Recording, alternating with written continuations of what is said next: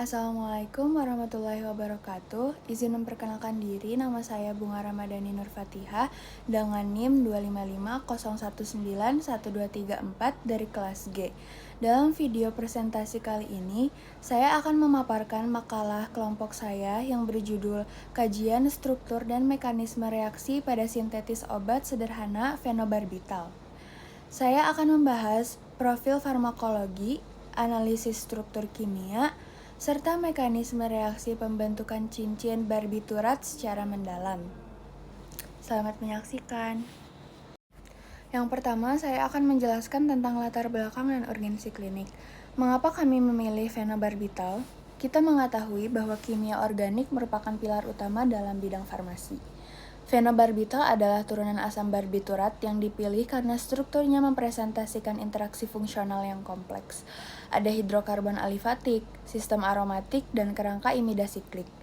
Di Indonesia, obat ini memegang peranan krusial, khususnya dalam pelayanan kesehatan primer untuk menangani kejang epilepsi pada anak-anak. Data menunjukkan tingkat keberhasilan klinis yang sangat baik, di mana sekitar 66,66% pasien mampu mempertahankan konsentrasi tunak dalam rentang indeks terapi yang sempit, yakni 15-40 mg per liter. Oleh karena itu, memahami stabilitas kimianya sangat penting bagi seorang calon farmasis agar kualitas obat tetap terjaga saat digunakan oleh pasien. Selanjutnya yaitu analisis struktur dan stereo kimia. Nah, mari kita tinjau profil struktural fenobarbital. Senyawa ini memiliki nama sistematis IUPAC yaitu 5-etil, 5-fenil, 1,3 diazinan, 2,4,6 trion dengan rumus molekul C12H12N2O3. Secara struktural, kita membagi molekul ini menjadi 3 bagian. Yang pertama, siklik imida. Ini adalah cincin 6 anggota yang mengandung gugus konjugasi CONH-CO. Karena pengaruh elektron dari 2 karbonil tetangga, ia bersifat asam lemah. Yang kedua, gugus fenil, memberikan karakteristik hidrofobik yang dominan dan stabilitas tinggi. Yang ketiga, gugus etil, berfungsi sebagai rantai hidrokarbon jenuh yang memodifikasi lipofisitas obat. Satu hal yang menarik adalah aspek stereokimianya. Meskipun C5 mengikat 4 gugus, karena lengan cincin imida di kiri dan kanan bersifat simetris, maka fenobarbital adalah senyawa akiral atau optis tidak aktif. Selanjutnya, hubungan struktur dan sifat fisikokimia. Struktur menentukan bagaimana obat ini berperilaku di tubuh. Fenobarbital dalam bentuk asam bebas memiliki kelarutan yang buruk dalam air, yaitu 1:1000. Untuk kebutuhan sediaan injeksi, kita harus mengubahnya menjadi bentuk garam fenobarbital natrium agar mudah larut melalui interaksi ion dipol.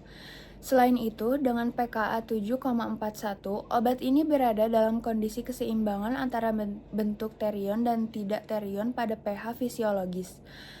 Bentuk tidak terion yang sangat lipofil ini adalah kunci keberhasilannya menembus blood-brain barrier atau sawar darah otak untuk berinteraksi dengan reseptor GABA-A di sistem saraf pusat.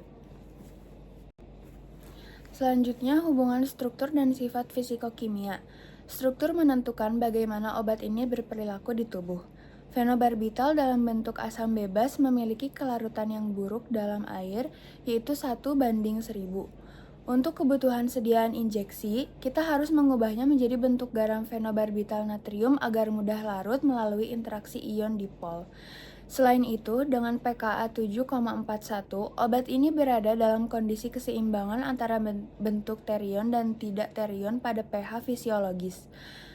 Bentuk tidak terion yang sangat lipofil ini adalah kunci keberhasilannya menembus blood-brain barrier atau sawar darah otak untuk berinteraksi dengan reseptor GABA-A di sistem saraf pusat. Selanjutnya ada mekanisme reaksi sintesis. Bagian teknis terpenting dalam makalah kami adalah jalur sintesisnya. Kita melakukan kondensasi antara dietil feniletil malonat dengan urea menggunakan katalis natrium ete oksida dalam etanol absolut. Mekanisme reaksinya adalah melalui substitusi asil nukleofilik. Yang pertama, deprotonasi. Basa NaOET menarik proton dari urea menjadikannya nukleofil kuat. Yang kedua, adisi. Nukleofil menyerang karbonil pada dietil malonat, membentuk intermediat tetrahedral. Yang ketiga, eliminasi. Gugus eteoksida lepas, lalu terjadi penutupan cincin atau siklisasi tahap kedua hingga terbentuk struktur imida siklik yang stabil. Reaksi ini wajib dilakukan dalam kondisi anhidrat atau bebas air.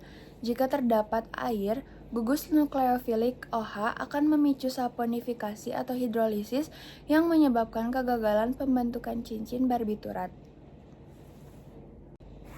Selanjutnya ada polimorfisme dan evaluasi.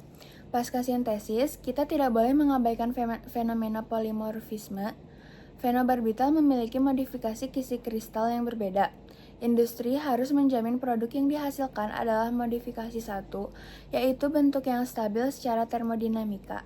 Jika salah dalam mengatur kecepatan pendinginan saat kristalisasi, kita bisa mendapatkan bentuk menstabil yang mempengaruhi profil disolusi obat ke depannya. Kita bisa mempertimbangkan metode Microwave Assisted Organic Synthesis atau MAOS untuk meningkatkan yield dan efisiensi energi sesuai prinsip kimia hijau. Untuk menutup video presentasi saya kali ini, saya akan merangkum poin-poin krusial dari kajian saya dan kelompok saya mengenai fenobarbital. Yang pertama, aspek farmakologis. Fenobarbital merupakan agen antikonvulsan dan sedatif yang krusial di Indonesia, terutama bagi pasien pediatrik. Efektivitas klinisnya sangat bergantung pada kemampuannya mencapai kadar konsentrasi tunak CSS yang stabil di dalam darah. Yang kedua, profil struktural. Molekul fenobarbital tersusun atas 3 komponen utama, yaitu imida siklik, gugus fenil, dan gugus etil. Meskipun memiliki karbon kiral pada posisi C5, secara molekular, senyawa ini bersifat akiral atau simetris dan tidak memiliki aktivitas optik. Yang ketiga, stabilitas dan sintetis.